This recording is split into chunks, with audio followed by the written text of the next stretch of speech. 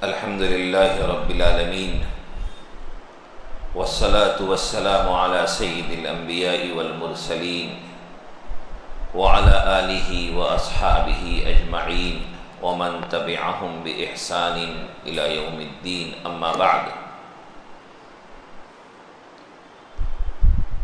फ़अन आइशा रज़ियल्लाहु अन्हा क़ालत मा ज़रब रसूलुल्लाहि सल्लल्लाहु अलैहि वसल्लम शैअन क़त्तु बियदिही वला इम्रअतन वला ख़ादिमन इल्ला अन युजाहिद फ़ी सबीलिल्लाह वमा नील मिन्हु शैअन क़त्तु फ़यंतक़िम मिन साहिबिही इल्ला अन युन्तहक शैअन मिन महारिमिल्लाहि तआला फ़यंतक़िमु लिल्लाहि तआला। रवाहु मुस्लिम। वान अनस रज़ियल्लाहु अन्हु क़ाल कुन्तु अमशी मअ रसूलिल्लाहि सल्लल्लाहु अलैहि वसल्लम व अलैहि बुर्दुन नजरानियुन गलीज़ुल हाशिया फ़अदरकहु अअराबियुन फ़जज़बहु बिरिदाइहि जबज़तन शदीदा फ़नज़रतु इला सफ़हति आतिक़िन नबी सल्लल्लाहु अलैहि वसल्लम वक़द अस्सरत बिहा हाशियतुर रिदाइ बिन शिद्दति जबज़तिही सुम्मा क़ाल या मुहम्मद मुल्ली मिम्मा लिल्लाहि अल्लज़ी इंदक फ़ल्तफ़त इलैहि फ़ज़हिक सुम्मा अमर लहु बिअता। मुत्तफ़क़ुन अलैहि। मुहतरम हज़रात, गुज़िश्ता के दर्स में ये बात आई थी कि नबी अकरम सल्लल्लाहु अलैहि वसल्लम ने बहरैन से जो काफ़िला आया था, उस काफ़िले में जो अशज असरी मौजूद थे, उनकी आपने तारीफ़ फरमाई कि तुम्हारे अंदर दो ऐसी खूबियाँ हैं जो अल्लाह को पसंद हैं, तहम्मुल व बुर्दबारी और दानाई व अक़लमंदी। उसके बाद आज जो रिवायत अपने सामने है, इसमें ख़ुद नबी अकरम सल्लल्लाहु अलैहि वसल्लम की तहम्मुल व बुर्दबारी का तज़किरा है। और ये हकीकत है कि जितने भी आला सिफ़ात हो सकते हैं, वो तमाम के तमाम सिफ़ात मोहसिन इंसानियत हम सब के आका हज़रत मोहम्मद मुस्तफ़ा सल्लल्लाहु अलैहि वसल्लम की ज़ात गिरामी में मुकम्मल कामिल मौजूद थे। तहम्मुल व बुर्दबारी में, नरम दिली में, अफ़्व दरगुज़र में, शगुफ्तगी में, शाइस्तगी में, शर्म व हया में, रहम व करम में, सब्र व शुक्र में, और इसके अलावा जितने भी खसाइल हमीदा हो सकते हैं, उन तमाम में नबी अकरम सल्लल्लाहु अलैहि वसल्लम की कोई नज़ीर नहीं है। आपकी बेशुमार खूबियों और कमालात में से ये खूबी बड़ी अहम थी कि आप अपनों के हक़ में भी बड़े हमदर्द रहमदिल थे, तो उसी तरीक़े से आपकी ज़ात गैरों के लिए भी सरापर रहमत थी। आपने अपनी ज़ात के लिए कभी किसी से कोई इंतकाम नहीं लिया। यहाँ जो रिवायत है, हज़रत आयशा रज़ियल्लाहु ताला अन्हा फरमाती हैं कि नबी अकरम सल्लल्लाहु अलैहि वसल्लम ने कभी भी अपने हाथ से किसी खातून को, किसी खादिम को, किसी बीवी को, किसी ज़ौजा को कभी नहीं मारा। आपने अपनी ताकत का इस्तेमाल किया तो सिर्फ़ उस वक्त जब अल्लाह के रास्ते में अल्लाह के दुश्मनों से मुकाबला हो रहा होता है, मैदान जिहाद में। उसके अलावा कभी किसी से आपने कोई इंतकाम नहीं लिया। हाँ, जब अल्लाह की शरीयत के हुदूद को पामाल किए गए और उस वक्त अल्लाह के कानून को नाफिज करने की बात आई, तो फिर आपने अल्लाह का जो कानून है, जो शरीयत की तालीम है, उस कानून को, उस हद को, उस सज़ा को जारी फरमाया। लेकिन अपनी ज़ाती मकसद के तहत, ज़ाती मफाद के लिए, ज़ाती गर्ज से आपने कभी किसी से कोई न इंतकाम लिया, न कभी आपने कभी किसी को मारा। ये तो हज़रत आयशा रज़ियल्लाहु ताला अन्हा फरमाती हैं। इसी तरीके से आपकी खिदमत में तकरीबन 10 साल हज़रत अनस रज़ियल्लाहु ताला अन्हु रहे हैं। उन्होंने कहा कि मैं इतनी लंबी मुद्दत तक नबी अकरम सल्लल्लाहु अलैहि वसल्लम की खिदमत किया हूँ, लेकिन इस पूरी मुद्दत में आपने कभी मुझे डांटा तक नहीं, कभी ये तक नहीं पूछा कि ऐसा तुमने क्यों नहीं किया, मुआवजा, सरजनिश, ये भी आपने नहीं फरमाया। किस कदर रहम व करम और अफ़्व व दरगुज़र के पैकर थे आप। तो ये मामला सिर्फ अपनों ही से नहीं था, बल्कि आपकी रहमत के साये में दुश्मनों को भी अफ़्व व दरगुज़र और रहम व करम का बड़ा हिस्सा मिला करता था। बेशुमार ऐसी मिसालें हैं, बहुत से वाक़यात हैं, अगर उनको बयान करने के लिए बैठ जाऊं तो काफ़ी लंबा वक्त लगे तो भी वाक़यात मुकम्मल न हो। यहाँ पे एक वाक़या है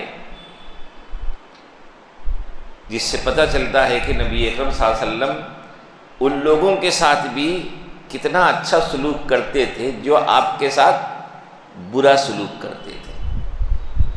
बुराई का बदला अच्छाई से देते थे। हज़रत अनस रज़ियल्लाहु ताला अन्हु फरमाते हैं कि एक सफ़र में मैं रसूलुल्लाह सल्लल्लाहु अलैहि वसल्लम के साथ जा रहा था। आपके बदन मुबारक पर नजरानी चादर थी जिसका किनारा मोटा था, गलीज था। एक देहाती आया और उसने बड़ी सख्ती के साथ, शिद्दत के साथ उसको ऐसा खींचा कि आपकी गर्दने मुबारक पर उसके खींचने की वजह से निशानात पड़ गए। आज का कोई इंसान होता तो सारी बातें बाद में होती, पहले तो उसके इसी अमल पर मुआवजा हो जाता और बनने वाली बात भी बिगड़ जाती। और इस शिद्दत के साथ खींचने के बाद हज़रत अनस कहते हैं कि मैंने देखा तो आपकी गर्दन मुबारक पर उसके निशानात, घसीटने के निशानात पड़ गए थे। और फिर उसने कहा कि अल्लाह का जो माल आपके पास है उस माल में से मुझे दीजिए।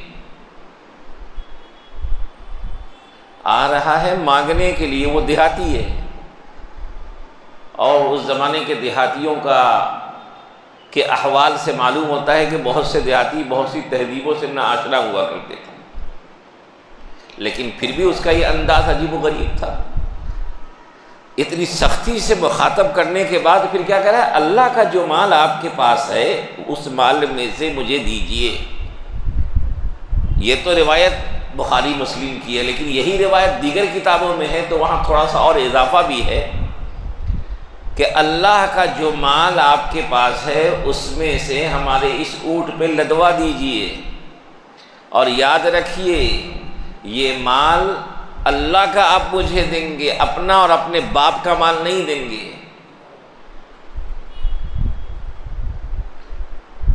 आज का अगर कोई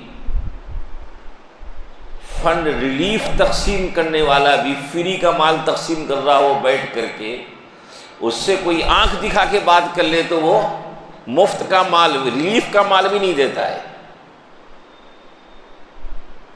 और यहाँ इतनी बदतमीजी और अजीबो गरीब लहजे में आपसे माल मांगा जा रहा है।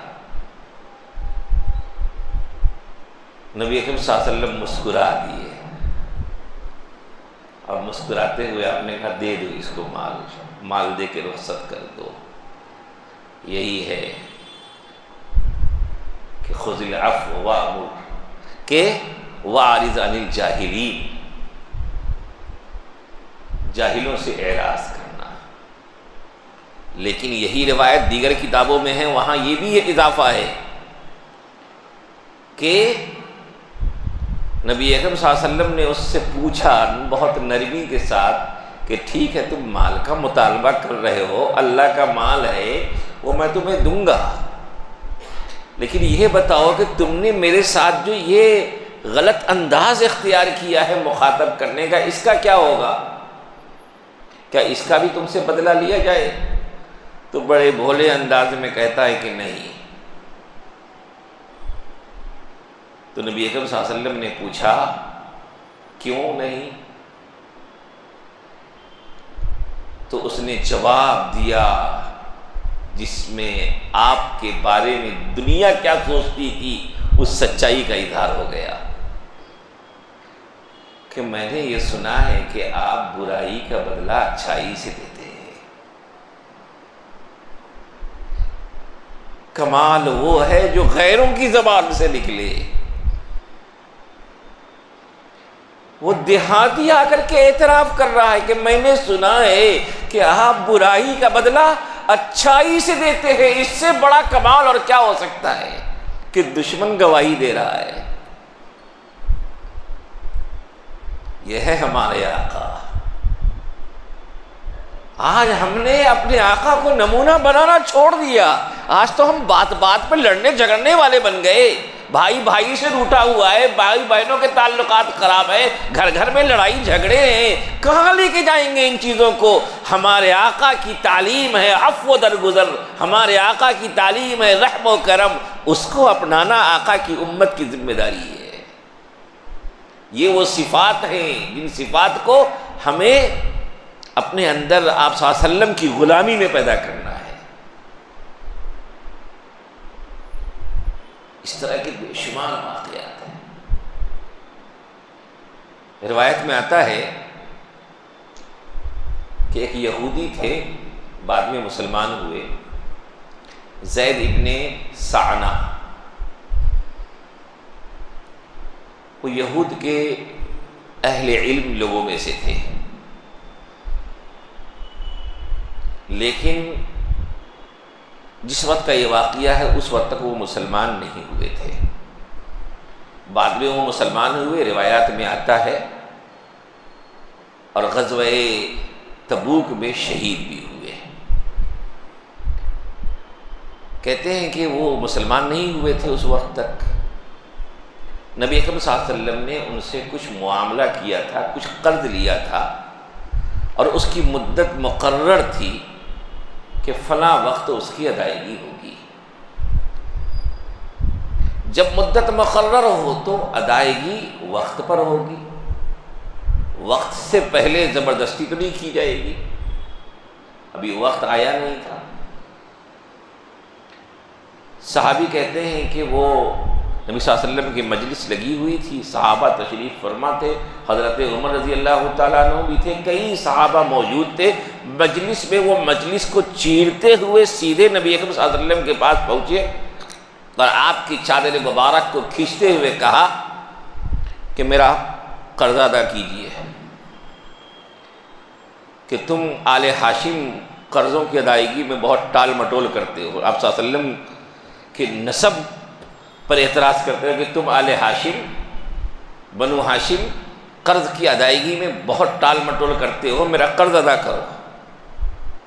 इस अंदाज को देखकर हज़रत उमर रज़ियल्लाहु तआला अन्हु को बर्दाश्त कर सकते थे। उन्होंने कहा कि ये क्या कर रहे हो तुम? हज़रत उमर रज़ियल्लाहु तआला अन्हु उसको डांटने लगे कि भाई बात करने का भी कोई सलीका होता है, तरीक़ा होता है। नबी अकरम सल्लल्लाहु अलैहि वसल्लम ने हज़रत उमर को रोका कि रुको रुको रुको रुको, उमर आपको ये नहीं करना था। देखिए उमर जैसे मजबूत जानिसार आपके साथ है, आपके एक इशारे पर हज़रत उमर रज़ियल्लाहु ताला अन्हु वो सब कुछ करने के लिए तैयार थे जो आका का हुक्म होता। लेकिन इस नाजुक वक्त में नबी अकरम सल्लल्लाहु अलैहि वसल्लम कहते हैं, उमर आप उन्हें मुतालबे का सही तरीक़ा बताते और मुझे अदायगी की तलकीन करते। मुरहु बिहुस्नि तलब व मुरनी बिहुस्निल अदा, कि उनको हुस्ने तलब सिखाते, मुझको हुस्ने अदा सिखाते। आपका काम यहाँ पे गुस्सा होकर के उसको दबाना नहीं था।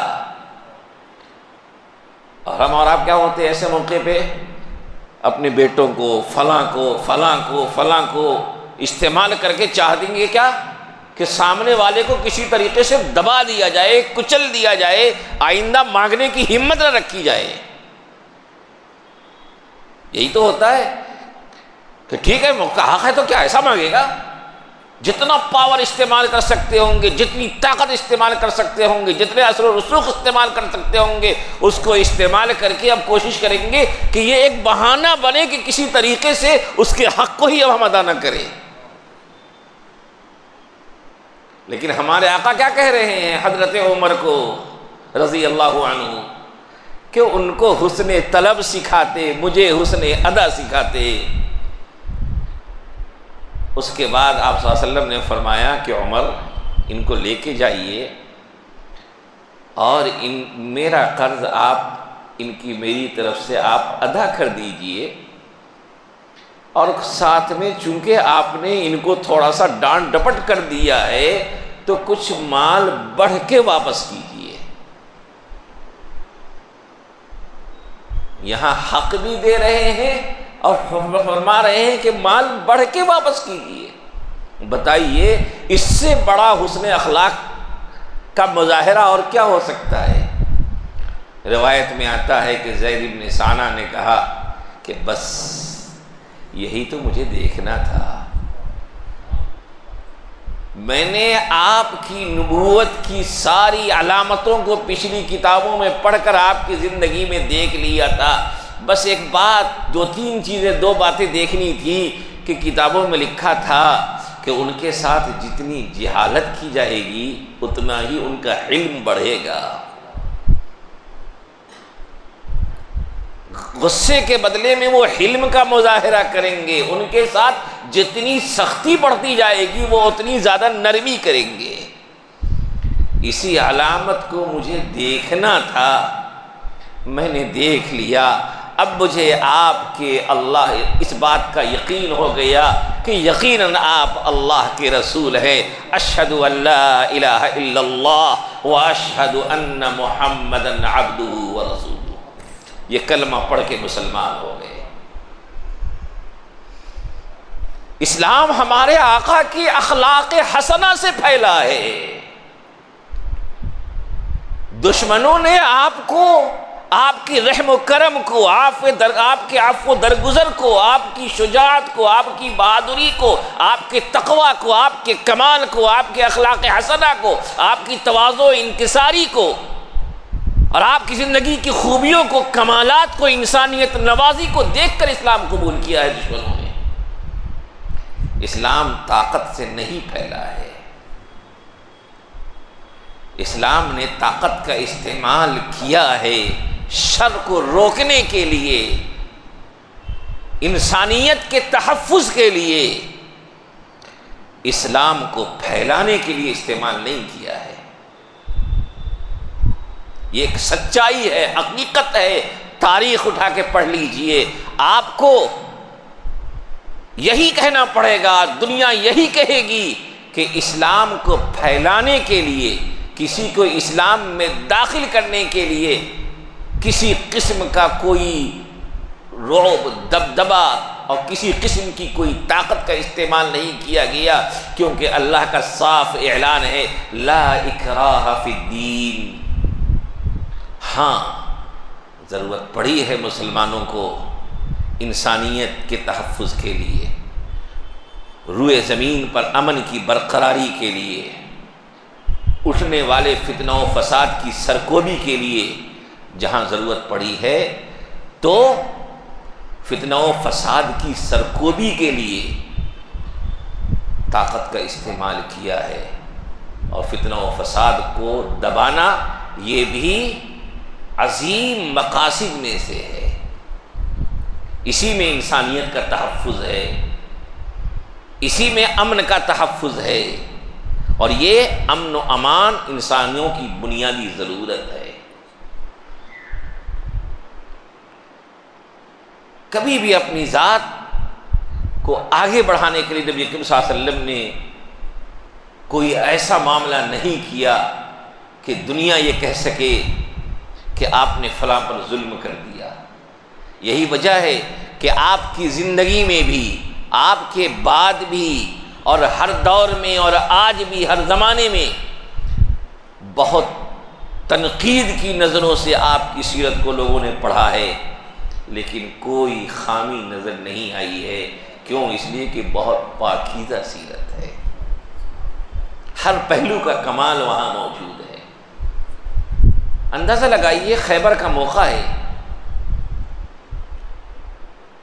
खैबर का मुसलमानों ने मुहासरा कर रखा है। उसी मुहासरे के दौरान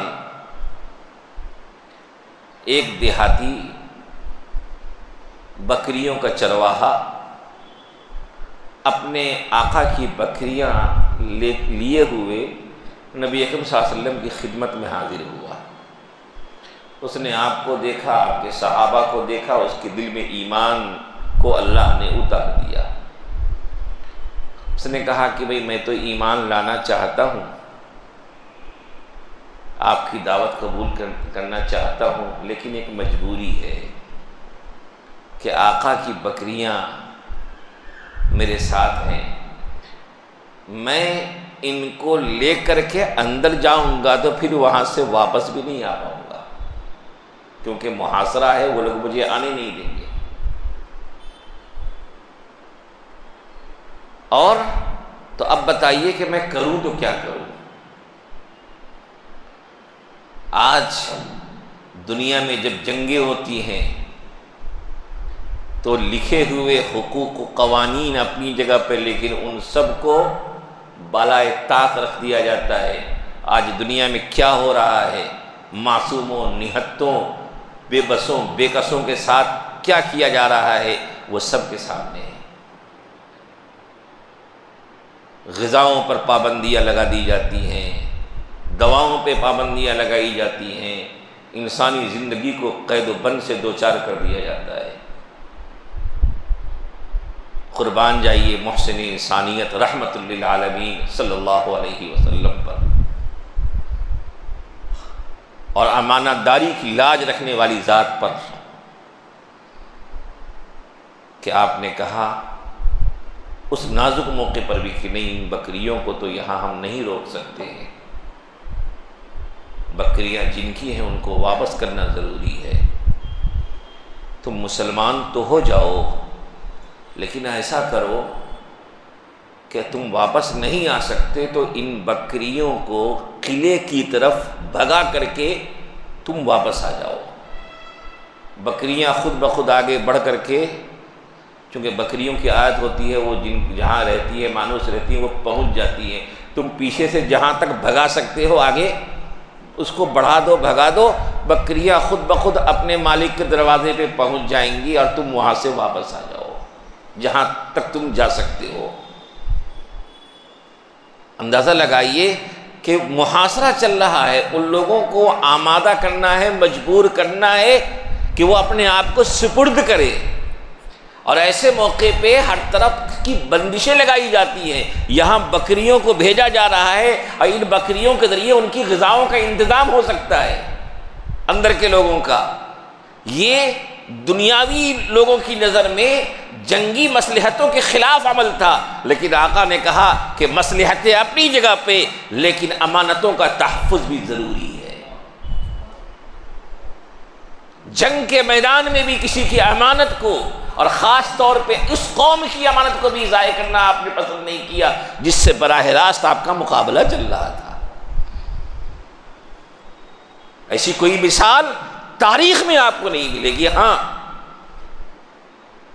अगर ऐसे वाक़यात मिलेंगे आपको सच्चाई के, दियानत के, अमानत के वाक़यात, तो नबी सल्लल्लाहु अलैहि वसल्लम की ज़िंदगी में मिलेंगे और उसी के नमूने आपके ग़ुलामों में मिलेंगे। लेकिन उसी ग़ज़वा खैबर के मौके पे जब खैबर फतह हो गया, यहूद ने आप सल्लल्लाहु अलैहि वसल्लम के सामने ये बात रखी कि हम लोगों को यहाँ से उजाड़ा न जाए, रहने दिया जाए, हम टैक्स दे करके रहेंगे, जिजिया देंगे।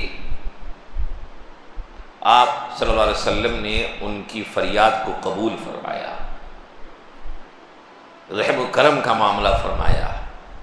लेकिन उस रहम व करम का बदला क्या मिला उधर से कि उनके सरदारों ने एक ज़ैनब बिन्त हारिस नामी खातून को तैयार किया कि तुम एक बकरे को भुनो, तैयार करो और उसमें जहर शामिल कर दो। एक तरफ आप अफ़्व दरगुजर का मामला करके उनको पनाह दे रहे हैं, दूसरी तरफ वो लोग आपको और आपके सहाबा को मारने की तदबीर कर रहे हैं। चुनांचे उस खातून ने भुना हुआ बकरा नबी अकरम सल्लल्लाहु अलैहि वसल्लम और सहाबा की खिदमत में पेश किया, जो जहर आलूद था। सहाबा ने उसे खाना शुरू किया। रिवायत में आता आप सल्लल्लाहु अलैहि वसल्लम ने भी उसमें से थोड़ा सा ले लिया, लेकिन फ़ौरन जिब्राईल अमीन के ज़रिए आपको रोका गया, बताया गया कि इस बकरे में जहर शामिल है। रिवायत में आता है बाद सहाबा शहीद भी हो गए, उस खातून को गिरफ्तार किया गया। उससे आपने पूछा कि तुमने जहर शामिल किया है, उसने कबूल कर लिया जुर्म को। जुर्म कबूल करने के बाद सारी बातें उसने, राज उसने उगल दिए और उसके साथ ही उसने रहम की दरख्वास्त की। आपने उस खातून को माफ़ कर दिया। कौन है ऐसे जानी दुश्मन को माफ़ करने वाला? वो मोहम्मद अरबी सल्लल्लाहु अलैहि वसल्लम है। कितने वाक़यात सुनाऊं, ऐसे ऐसे वाक़यात हैं। ये वो सारे सलूक वो हैं जो दुश्मनों के साथ किए जा रहे हैं। अपनों के साथ तो मामला अपनाइयत का है ही, यहां दुश्मनों को रहमत के साये में छुपाया जा रहा है। ग़ज़वा उहद का मौका है, दुश्मनों ने खतरनाक हमले किए। हमला इतना शदीद था कि सहाबा आपको बचाने की कोशिश करते रहे, लेकिन फिर भी कई तीर आपको लगे, हत्ता कि आप के दंदाने मुबारक भी शहीद हो गए। खून निकल रहा है, चेहरा खून आलूद है। उसी मौके पर इस कैफियत को देखकर एक सहाबी ने कहा, या रसूल अल्लाह, इन बदबख्तों के लिए बद्दुआ फरमा दीजिए कि ये हलाक व बर्बाद हो जाए। एक तरफ कई सहाबा शहीद हो चुके थे, खुद नबी रहमत जख्मी हो चुके थे, वो भी मामूली नहीं, शदीद जख्मी हो चुके थे। ये मौका भी था, एक मर्तबा हाथ उठाते पूरी कौम को तबाह व बर्बाद कर दिया जाता। कुर्बान जाइए नबी रहमत रहमतुल लिल आलमीन सल्लल्लाहु अलैहि वसल्लम पर कि आपने फरमाया कि अल्लाह ने मुझे लानत और बद्दुआ के लिए नहीं भेजा है, अल्लाह ने तो मुझे इनको हिदायत की तरफ बुलाने के लिए भेजा है। उसके बाद आपने फरमाया, ऐ अल्लाह, अल्लाहुम्मा की कौमी, या अल्लाह मेरी इस कौम को हिदायत दे दे कि ये लोग मुझे जानते नहीं है, मेरा मकाम इनको नहीं मालूम है, इसलिए दुश्मनी पे उतरे हुए। कौन है दुनिया की तारीख में जो जख्म खा करके भी दुआएं दे रहा हो? जख्म खा करके दुआएं देने वाली जात ताइफ के मैदान में भी और उहद के मैदान में भी हमारे आका हजरत मोहम्मद मुस्तफ़ा सल्लल्लाहु अलैहि वसल्लम है। अज़ान हो जाने दीजिए। ये चंद वाक़यात आप लोगों के सामने पेश किए गए। हज़ारों वाक़यात ऐसे हैं। एक वाक़या और याद आता है, वो सुनाई दूँ। हज़रत सुमामा बिन असाल, इनके बारे में आता है कि यमन और यमामा के इलाके से इनको सहाबा ने मुकाबले के बाद गिरफ्तार करके लाया। सहाबा किराम इनको लेकर के आए, अपने इलाके के सरदारों में से थे। और रिवायत में आता है कि नबी अकरम सल्लल्लाहु अलैहि वसल्लम के मामले में इनका मामला बहुत दुश्मनाना था। सहाबा लेकर के आए गए मदीना मुनव्वरा, मस्जिद नबवी के सुतून में बांध दिया गया। इनको कैदी थे। नबी अकरम सल्लल्लाहु अलैहि वसल्लम ने सहाबा से पूछा कि उनको कोई तकलीफ़ तो नहीं पहुंची तुम लोगों से? कैदी के बारे में पूछ रहे हैं, कोई तकलीफ़ तो नहीं पहुंची? सहाबा ने कहा या रसूल अल्लाह, बस कुछ नहीं, बस हम लोगों ने सिर्फ उन्हें बांध दिया है, बंधे रहे। नबी अकरम सल्लल्लाहु अलैहि वसल्लम वहाँ पे तशरीफ़ लाए। पूछा क्या बात है, कुछ कहना है? कहा क्या कहना है? बात यही है कि अगर आप कत्ल करते हैं तो एक खूनखार को कत्ल करेंगे, माफ़ करते हैं तो एहसान का शुक्रिया अदा करने वाला पाएंगे, माल चाहते हैं तो जितना माल चाहिए हम देने के लिए तैयार हैं। आप सल्लल्लाहु अलैहि वसल्लम उनकी इन बातों को सुन करके चले जाते हैं। अगले दिन फिर तशरीफ़ लाए, यही सवाल किया, यही जवाब मिला। फिर आप सल्लल्लाहु अलैहि वसल्लम चले गए। उसके अगले दिन फिर तशरीफ़ लाए, आपने यही सवाल किया, उन्होंने वही जवाब दिया।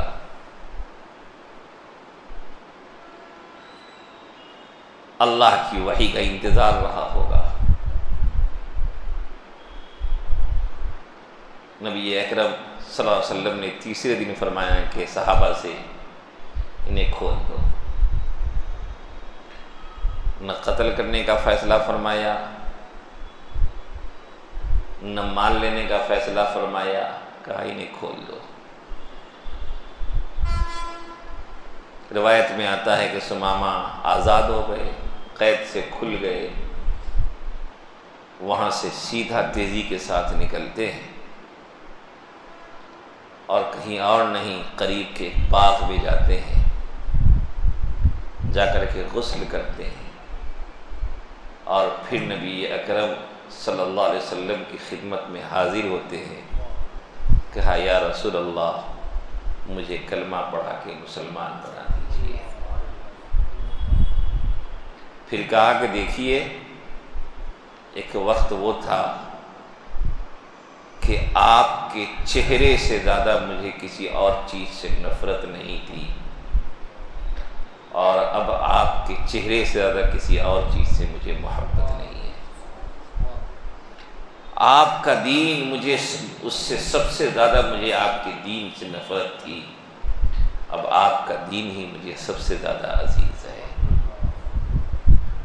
तीसरी चीज़ कहा कि आपके शहर से मैं बहुत ज़्यादा नफ़रत करता था, अब आपका ये शहर मेरा बहुत महबूब बन चुका है। बताइए कहाँ ताकत का इस्तेमाल हुआ? आपके अच्छे अखलाक को मदीने में 3 दिनों रह करके देखने का इनको मौका मिला, इस्लाम दिल में उतर गया। इस्लाम इसी तरह फैला है। उसके बाद उन्होंने कहा या रसूल अल्लाह, मैं उम्रे का इरादा किए हुआ था। उस ज़माने में मुशरिकीन भी अपने तरीक़ों से उम्रा किया करते थे। अब आप बताइए कि मैं क्या करूं? आप सल्लल्लाहु अलैहि वसल्लम ने फरमाया कि तुम अपने इरादे के मुताबिक जाओ, जाके उम्रा करो। चुनांचे मक्का पहुँचते हैं उम्रा करने के लिए, तो मक्के के लोगों ने कहा, अरे सुमामा तुम तो बद्दीन हो गए। तो इन्होंने बड़े फ़ख्र से कहा, बद्दीन नहीं हुआ हूँ, मोहम्मद सल्लल्लाहु अलैहि वसल्लम का दीन कबूल कर चुका हुआ। चूँकि ये भी सरदार थे। और सुन लो, इतना ही नहीं, अब तक तो मैं तुम लोगों का दोस्त था, लेकिन अब मेरा फैसला सुन लो, जब तक मोहम्मद सल्लल्लाहु अलैहि वसल्लम इजाज़त नहीं देंगे, यमामा के इलाके से तुम्हारे इलाके में एक दाना भी नहीं आएगा। कहाँ तो जानी दुश्मन थे, अब यहाँ अपनी जान को कुर्बान करने वाले बन गए। ये सब क्यों? हमारे आका सल्लल्लाहु अलैहि वसल्लम के अफ़्व दरगुज़र, हिल्म बुर्दबारी, आपके हुस्न अखलाक, आपकी नरम दिली, आपकी के मिजाज की नरमी, इन चीज़ों की बुनियाद पर बेशुमार लोगों ने जब आपको देखा तो उनको आपकी सच्चाई का एतराफ़ हो गया, वो मुसलमान हो गए। गर्ज़े के नबी अकरम सल्लल्लाहु अलैहि वसल्लम को जो अल्लाह ने फरमाया, वमा अरसलनाका इल्ला रहमतल लिल आलमीन, आप रहमत हैं हर एक के हक़ में, अपनों के हक़ में भी, दुश्मनों के हक़ में भी, इंसानों के हक़ में भी, जिन्नातों के हक़ में भी, हैवानों के हक़ में भी, बल्कि कायनात की हर चीज़ के हक़ में आप यकीनन रहमतुल लिल आलमीन हैं। अल्लाह हम सबको आपकी मोहब्बत का कीमती हिस्सा अता फरमाए। व आखिरु दावाना अनिल हम्दुलिल्लाहि रब्बिल आलमीन।